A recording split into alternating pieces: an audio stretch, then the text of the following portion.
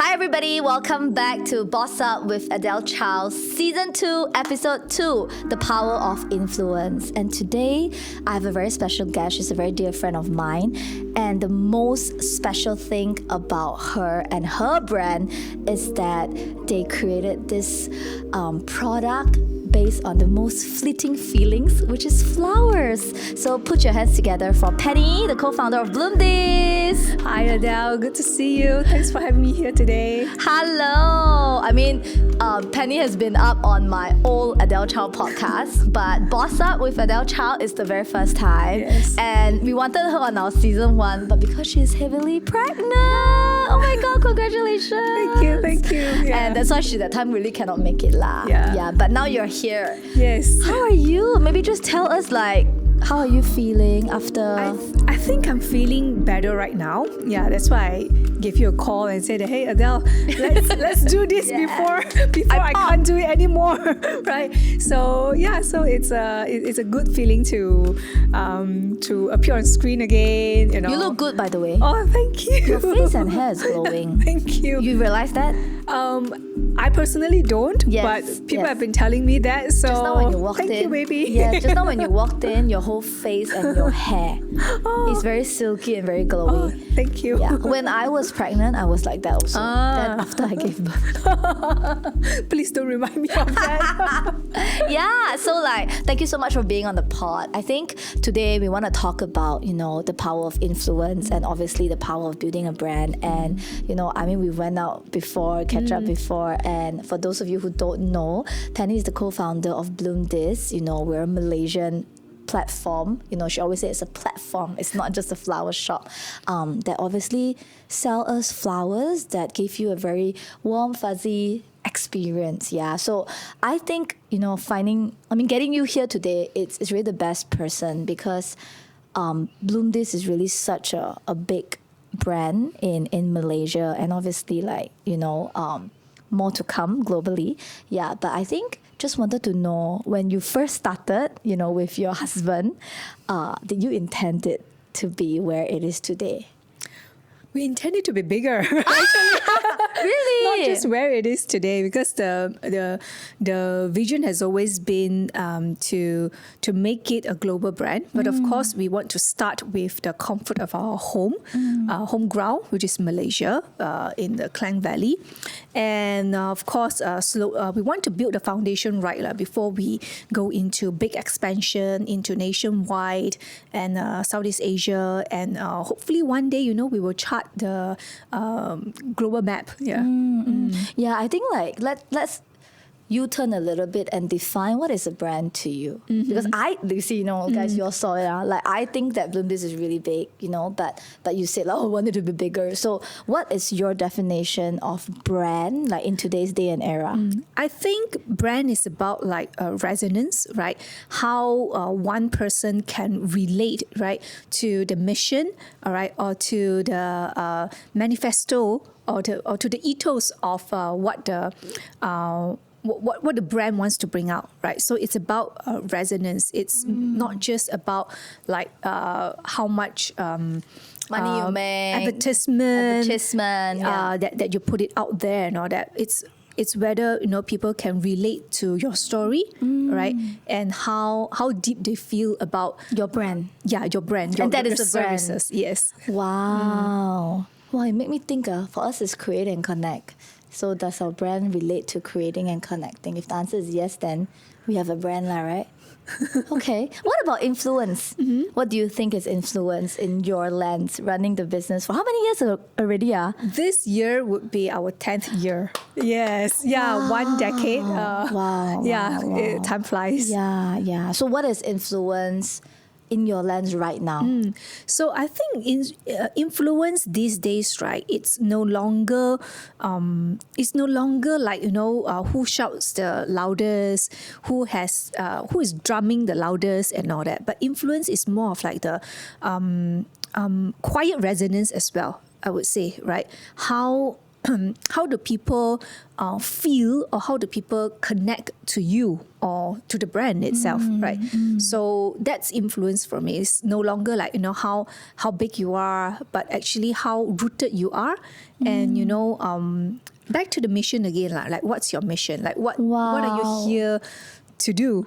Right? Yeah. Well, I feel if you watch our first episode, like I think this is like the opposite, because my last episode in Boss Up, literally it's a new brand, baby brand, less than 3 months old, and like with you, it's like a 10-year-old brand. I feel like the definition of what influence also means very different. Like I remember in the last episode, our guest actually said the definition of influence is like Hailey Bieber, like Blackpink, right? But your answers is actually the opposite. It's like quiet resonance. Can you elaborate a little bit about that? Yeah, I think, was it always like that, or it's been 10 years? That's why the definition of influence also changed as the brand grew. Yeah, I think things change every now and then, right? And the demographic of the people who buy into your product and services also changes over time, right? So when I first started this business, I was in my 20s, right? And I would say the customer group. So young, no? Yes, they were young, right? But now I'm approaching my 40s, right? So, and they also grow together with us, right? But at the same time, we mustn't forget, about the type of target audience that we also want to target, right? Not just about the 40s, but also the 35s, the 25s, and the Gen Zs as well, right? So I think as a brand or the influence, you need to have, as a brand, you need to have the influence. If you want to be a successful brand, okay, you need to have the influence across all generations, yes, right? Yes. Intergeneration, I would say, right? From young, okay, to the Gen Zs, to the millennials, right? And some other pockets of the demographic that can afford your product and services, right? So the challenge is on how do you appeal to such a wide range of market and still be rooted to your identity and your mission. Yeah, your identity, right? Yeah. So I think like let's talk a little bit about BloomThis first, right? So 10 years in the market. For those of you, you should know, but if you don't, they sell flowers, like beautiful experiences. So, I had this conversation with you offline before when we met up. I was like, wow, flowers are very king, like everyone also kind of sell flowers, right? I mean, frankly, if you want to buy flowers, you can walk into even a supermarket, right? And pick up the flowers. But for you guys to grow it to where it is today, so I remember asking you like, so what are you selling? And then you remember, I don't know if you remember, so you said like we're a platform. You said that, we're not just selling flowers. We want to be a platform for people to gift experiences. So I don't know, like, was it always like that? Like when you first started? Or like, tell us a bit about that journey. So the mission has always been like creating moments of happiness, right? So, and just so happened that we uses flower as a medium to create moments of happiness, right? And actually, there are a lot of ways that you can create moments of happiness. Some people take substances, some people take drugs, some people make themselves high and all that. But we're not going to that route, right? We want to use something that is as organic and as natural as flowers. What the Mother Nature gives us, right? Flowers, right? To create moments of happiness, right? So, and why flowers? And if you come to think about it, it exists in all the life cycle, in the entire human life cycle, right? From the moment that you were a baby. You're a baby, you're born, right? People are celebrating, right? It's a happy moment, all right? Until you see a child grows up to graduation, the flower, so sunflower. They would give flowers, right? Until get married, the person goes into a courtship. Courtship first, not yet married. Yeah. Courtship first. A lot of flowers, courtship. So there's flowers, right? And then to proposals, to wedding. Fast track, So to weddings, right? And then to giving birth to a new life Yeah, of yeah. his or her own, right? And then the life cycle goes again. And sometimes, Funeral. yeah, not just happy moments. There are also more solemn moments that, people want to Hospital, remember, yeah. right? Somebody gets sick, or even if you don't get sick, if you get pregnant, you go to the get hospital, flowers you get too. flowers, Yes, right? yes. So, and for whatever reason, people go to the hospital, right? Or even up to like a funeral is a moment to basically honor the deceased and the family and all that. So all this thing is, it can be conveyed, the feelings or the moment or the encouragement, it can be conveyed through flowers. Yeah. So, 10 years ago, like, was the ethos, the mission the same? Yes, we never change, right? Wow. So it has always been creating moments of happiness. That's the mission. Yeah, of course, along the way, as a business and all that, we need to tweak the way on how we do things. But the mission does not change, right? So if you want to change the mission, Then it's changed business already lah. yes, I'm gonna sell a different thing maybe. Yeah. So I think like you've built a brand, a business around, just I don't know if you guys can feel it, but just being beside Penny, I think like you have this very gentle aura, you have this very soft feeling, and I think like it's definitely related because you've built an entire business and brand around moments of happiness, fragileness. Flowers are very fragile, and obviously beauty. And like, I don't know about you, but when I receive flowers, I'm always very, very. Oh, up until today, I am very happy receiving flowers. I as have well. one question inside I want to ask is like, how does your boyfriend or husband buy you flowers back then and now? Yeah, but no, very quickly just answer Yeah. me that first. So like now, you run the whole Now it's BloomThis, but I will tell my husband. I said like, okay, can you maybe customize something for me, because I literally created all the products, so I do know them. So I still love receiving flowers, but maybe not something from the catalog.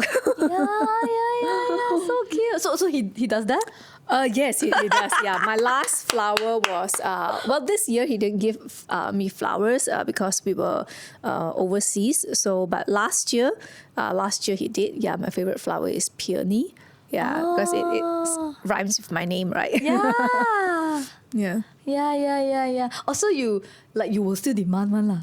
It's not demand lah. I mean, you are not like, okay lah, just because guys, husband and wife already, we run a flower business, so you still want. I mean, I love receiving it, right? It's beautiful, Yeah. right? And I would sometimes love to be the recipient of beautiful things. Yeah. So I think like, I was saying, you build a brand and the business around, softness, beautiful moments. Like, what about like in the journey of building it? Because I think we all know lah, running business is not as glamorous as it is. So were there any moments where it really hardened you and you find that was very tough? And how did you, chose softness over like, I'm not gonna harden my heart. Yeah. I think first of all, I have a disclaimer to make. I don't think I'm a soft person. My mother is. Yeah, okay. My mother is a very soft person, but I don't think I am that soft. Yeah. But if you ask about like Gentle. gentle. Yeah. Speaking about gentle, the other day I was like asking my husband. All right. I said usually in life, right? There's only 3, choose 2 lah, right? So if you have a choice of a wife that is pretty, gentle, and capable, which 2 would you choose? I'm clearly not gentle. That's exactly what I told him. He told me gentle is one of them, but I'm like, I'm not gentle at all. I would take the capable lah. I think I will. Yeah. I cannot imagine if Lex asked me this. Okay, anyway. Yeah, but anyways, okay, back to like challenges, right? And how do you still try to remain gentle, Yes, right? To have a yes. gentle heart, right? Regardless instead of like a heart of rock, right? Yeah. So indeed, I think running a business like yourself as well, and it's not okay, it's very glam lah. Office very glam and all that. But Exactly. office very glam. Yes. People Yeah. come in like, wow, office very nice. It's very glam.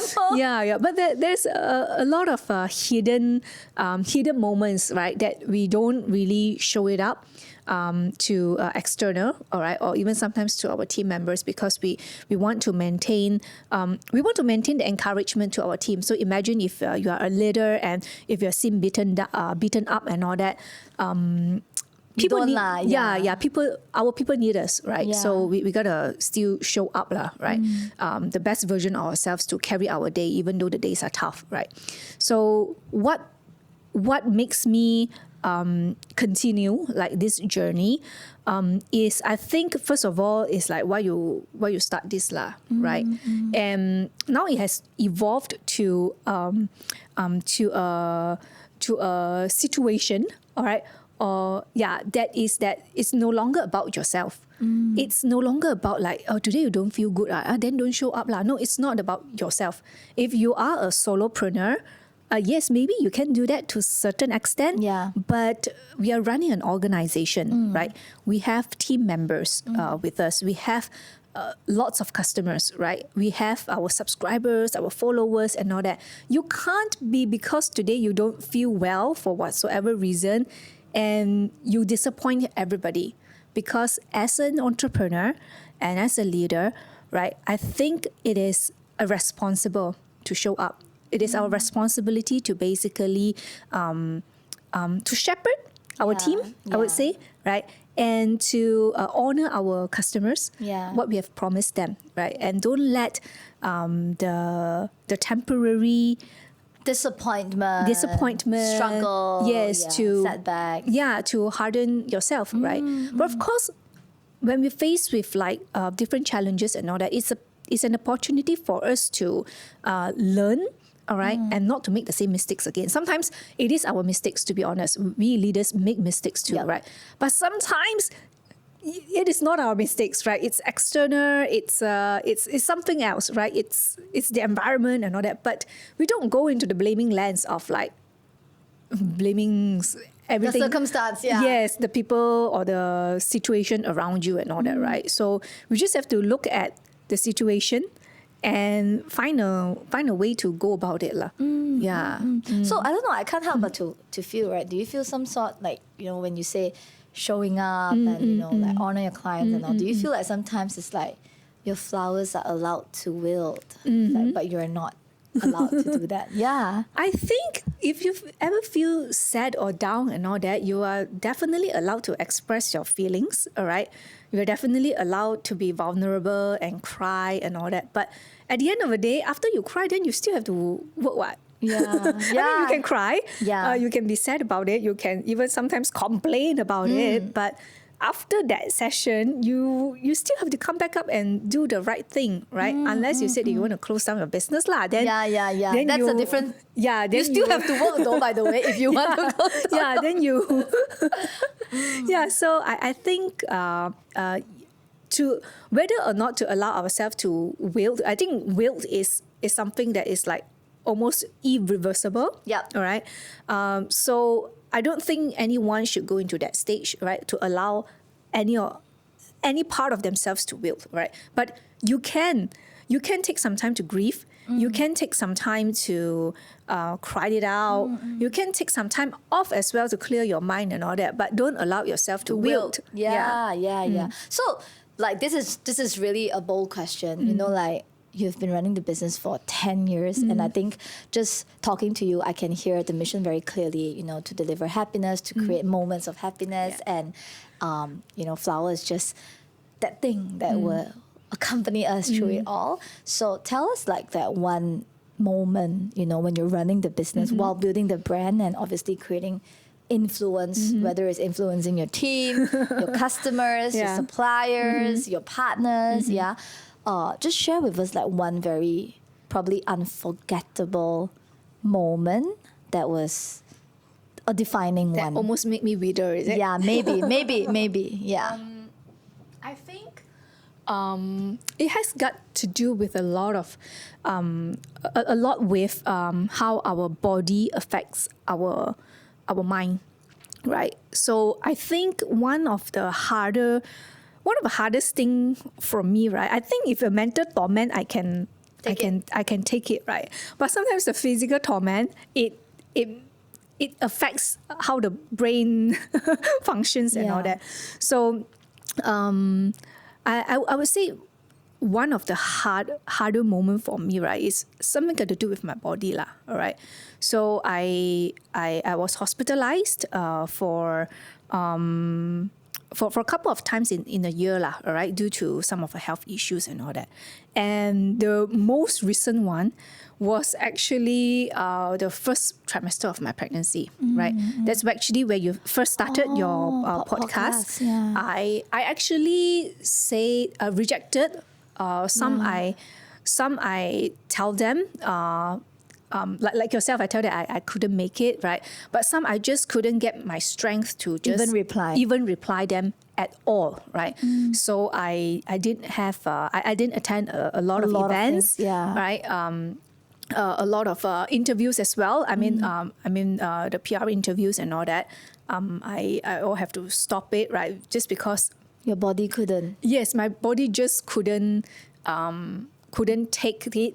After still working and all that, I was still working, right? I was still going to the office and all that, but Anything more than that? anything you can't. more than that, I can't take it anymore. I can still work and function well at work, but any other than that, I just couldn't do it anymore, right? So I think to counter that, right? I mean, for all other healthy people and all that, is to really to take care of your body, right? Because the body is a temper, right? Yeah. That actually it will affect Your mind. your mind, all right? And your mind also eventually affect your body. No, it's related, right? So I think that was some of the more physical challenging moment for you, for for me you. lah. Yeah. So I think the physical challenge is more Your body. tormented than the Mind. mind. Yeah, yeah, I mean yeah. that's for me lah. Okay, I know everyone is different. Yeah. But what about like in the journey of building the brand? So say like, I mean, I'm sure, like the business is 8 figures, 9 figures, like, was it easy to get there? And like, tell us a bit about that journey. Yeah, I think Because a lot of people, like, just to share a bit of context to everyone listening to this, because I feel a lot of us these days, I mean, we're in our 30s lah. So a lot of the, new money world right now with AI, with crypto, with Web3, it's like an old money versus new money world, right? Like the old money is your gold, your stocks, your FMCGs, your physical products. Your new money is all your digital products, your social media, all this. maybe it's something like what you're doing. Yes, lah, maybe. yes. So I think my industry is new money, right? So like most people think that it is, I wouldn't say easy, but it is like that to get there. Yeah. So I just thought I wanna hear from you directly. Was it like just a bit of whether roses? new money or old money, the thing is that the hard work cannot be discounted, I think, right? So ultimately, everything that we do, old or new, right, it has to have substance. If it's not built on a foundation or a substance, it will crumble, or it will just be a very short stint. All right, maybe almost like a get rich quick kind of thing, right? Yeah. So your question is what? Yeah, so basically it's just like, was it easy lah? Was it just a bit of roses to get to where you are today? Because 10 years Yeah. You've been through COVID, internet era, right? So it's a lot of shift. Yeah. So the obvious answer is that it is not easy, right? Because you have to maneuver through a lot of things. Like you say, in the beginning of the years, right? It's about like finding the product market fit, finding the right audience, right? Then when we sort of like have that going, and then COVID hit, that was a a very impactful moment.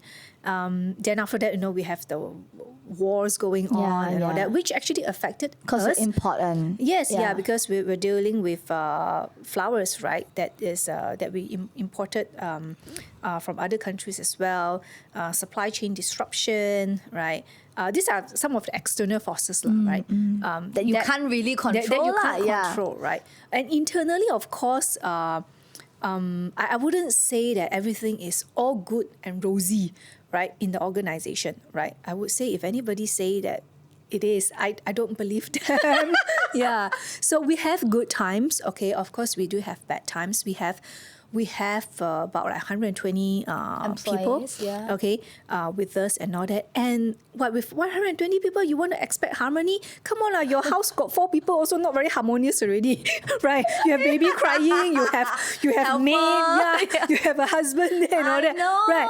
Then how do you keep the peace going, while still running a business? Yes, trying to be professional and run the mission, right? So they will be bound to chaos and conflicts and disagreements and all that kind of thing, right?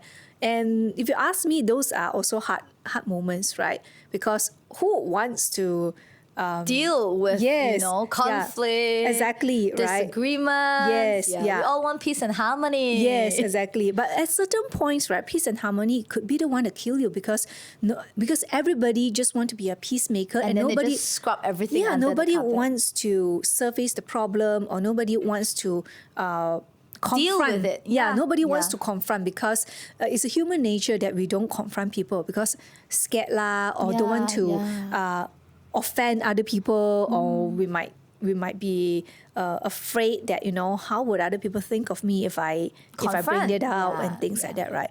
But I think a healthy relationship, as with any relationship, right, whether it's the marriage or friendship or whatsoever, is the ability to confront, all right, the other party, all right, and yet maintain a very sound approach, right, and a positive attitude towards after the confrontation, right? So it's a season of getting the right people, people who are mature, who can deal with difficult conversations. Yes, and not just conversations, but deal with making hard decisions, right? Because sometimes the decision may not be what you want, but it's necessary. It's necessary, or maybe it's for the greater good of the entire organization, right?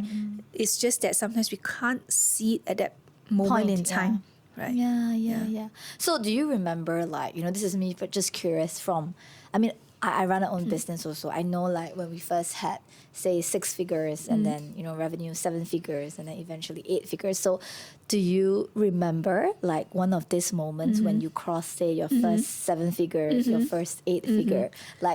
Were there, just curious, were there a very defining, say, marketing strategy that broke through that, building brand and influence?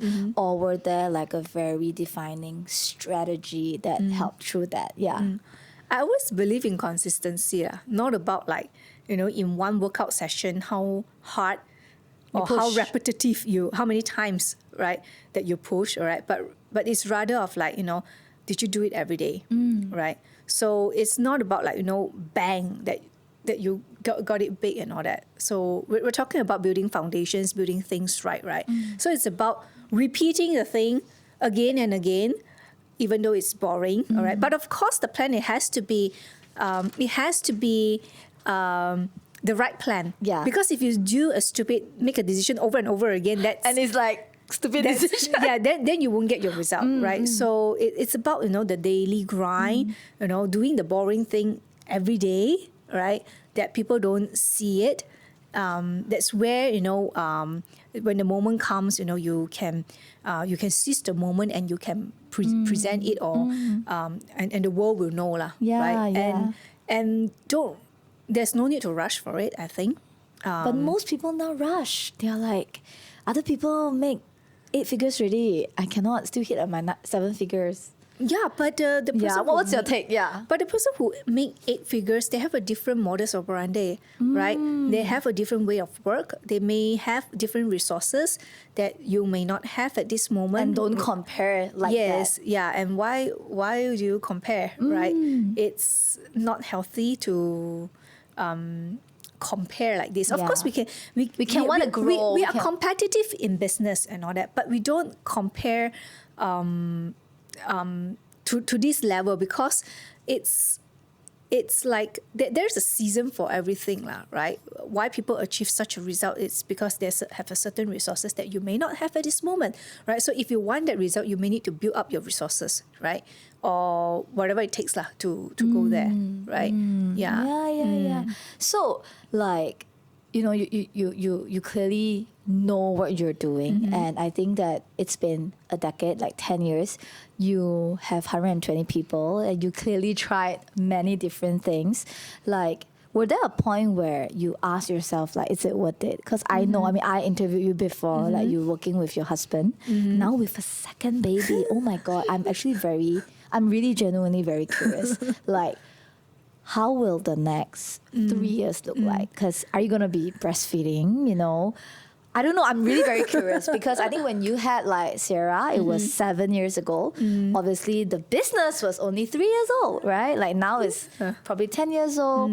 How's that going to look like for you? Yeah, so it's definitely we are, or I myself, or collectively as a family, is entering a different season of life, right? I'm no longer the 20 years old, 20 over years old who started the business, right? And the dynamic is also very different, right? So my eldest daughter is already 7 years old, right? And now a newborn, okay? So there's a lot of shifts that's needed, right? So in terms of like how we will be maneuvering, all right? And to answer your question, is like, is it worth it, right? I think first of all, we have to know what is the end goal, right? Sometimes people wonder, or they feel very like they want to give up, or they feel that it's not worth it because the end goal is not clear yet, right? And it's okay. It's completely okay for the end goal is not clear, because sometimes we are learning in the journey, and we are trying to map things out and all that, right? Eventually, things will be crystallized eventually, right? So whether is it worth it, to be honest, I do ask myself, right? Hey, worth it or not? Do all this thing, I have to go through so many sacrifices and all that, right? But if you know what the end goal is, all right, then yes, it will be worth It will be worth it, right?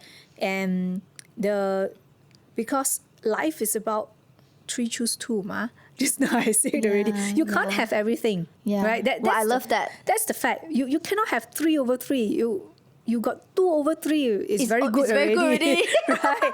Yeah. So it's about like, what are the things that you can let go?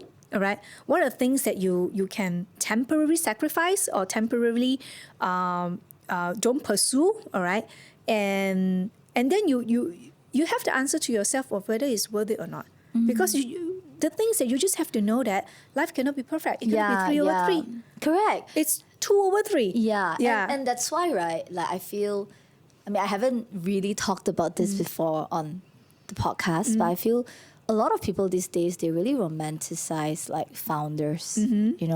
It's not gonna be nice to hear, but people feel that, romanticize like I'm the founder, Being a founder myself, I think people shouldn't romanticize it so much. So were there, I'm sure there is, but not were there, like tell us like one thing about being a founder that no one warned you about. No one warned. I'll share one also. Okay, you go first. I think there's a lot of things that nobody warned me. I have a lot, but maybe just share one. Yeah, you get what I mean, right? Because Yeah. a lot of people nowadays, I feel like, wow, founder, I want to be a... Yeah, but I feel, no, nobody, you don't see a social media page that put out like things that nobody warned you about being a founder. Not nice, ma. People don't like to hear what? People want to hear about like, wow, you know, build your own career, build your own thing, work everywhere, anywhere in the world. You know, a lot of this kind of content, right? Yeah. I disagree. I don't 100% agree lah. Yeah. I want to hear from you first. Yeah. Wow, there's so many things that I discover along the way, all right? It's not someone who there's nobody who tell me, all right? But of course, along the way, I have some mentors and I have some peers and all that who shares their experiences and all that. But they won't like directly tell you because it's like they won't try to crush an entrepreneur's spirit, right? Why would I want to tell you that, hey, don't do this, or hey, be careful, watch out, things like that, right? Because at the end of the day, you want to let them try anyway. Yes, right? as an entrepreneur, you have to go through it yourself. Otherwise, you wouldn't know it, lah, right?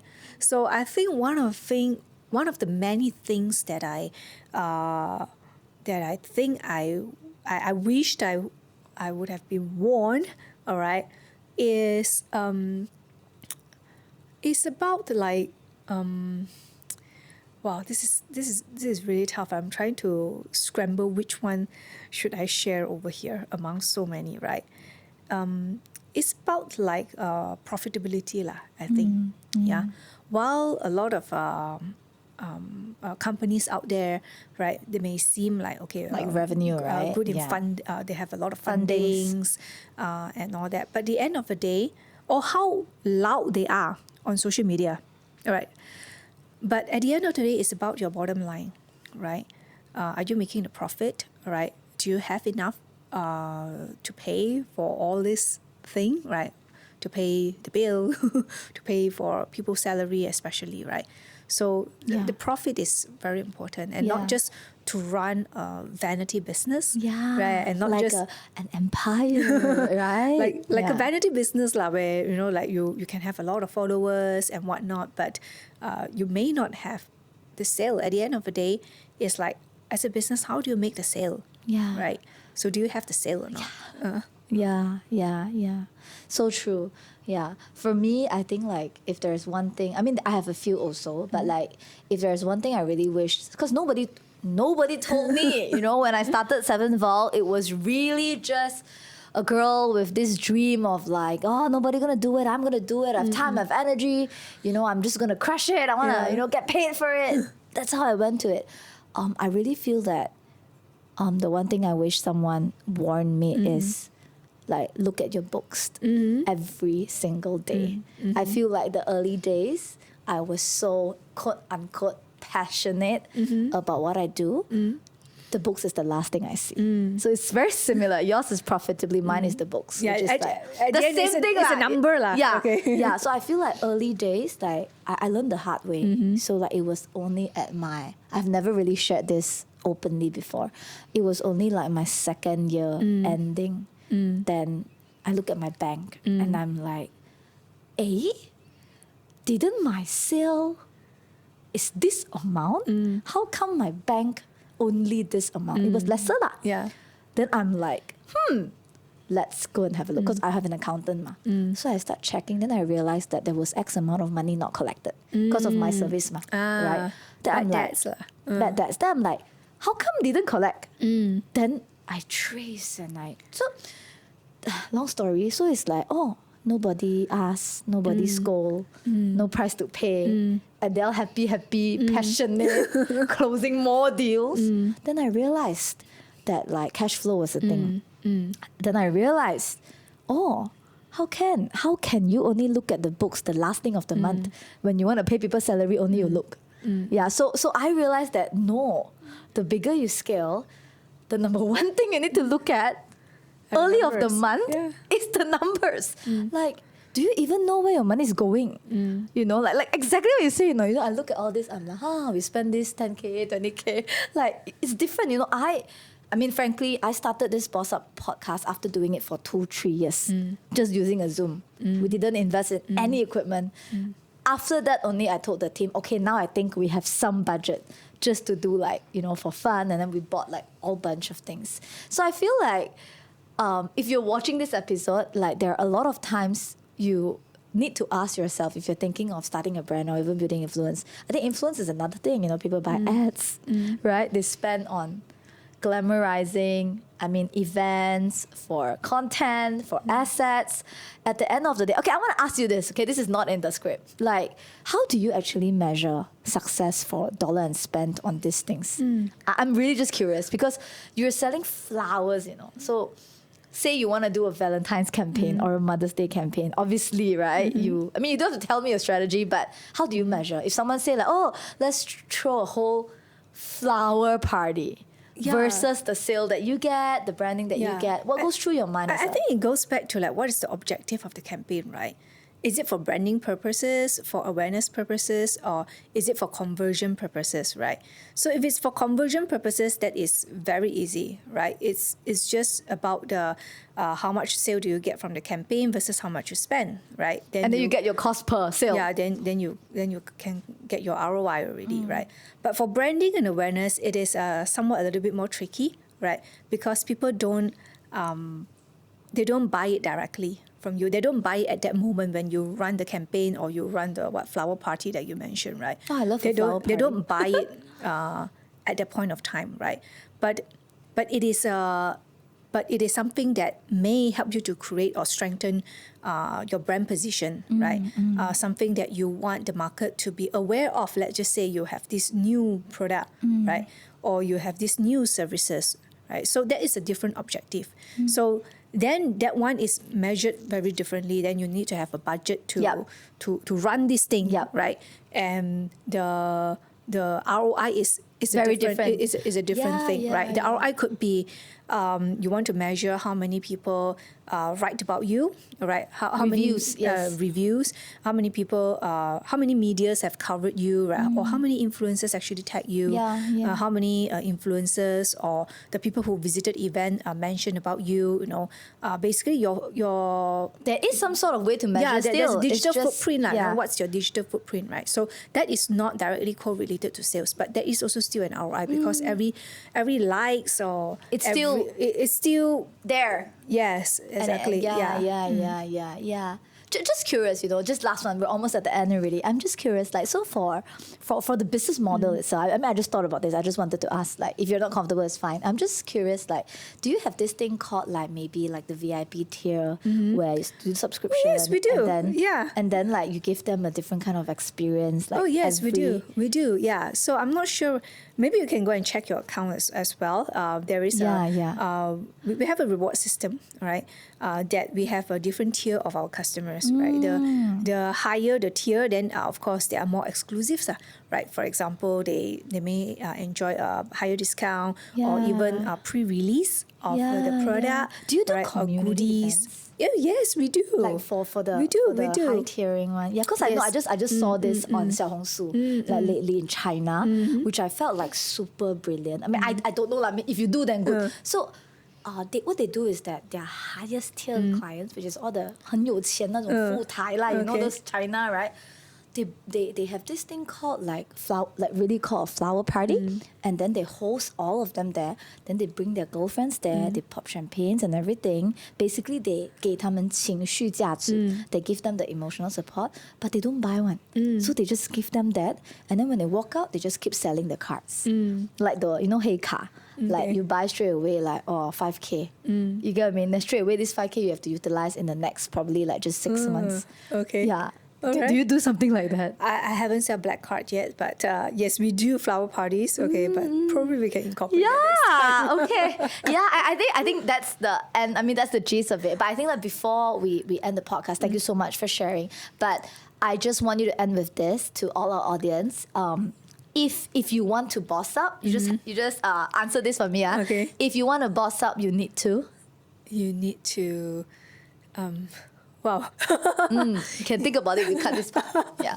Basically, it's like an ending. Okay. So it's like, if you want to boss up, you need to. I think you need to have your own voice. Yeah. You want to elaborate a little bit? Okay. I think you need to have your own voice. What does it mean by own voice, right? It's like your mission, right? And you need to make that vision known to everybody. Thank you so much, Penny. And that's the end of our season 2, episode 2. If you like this episode, go ahead and like, share, follow, comment. Be sure to check out Penny and BloomThis. And I'll see you guys in the next one.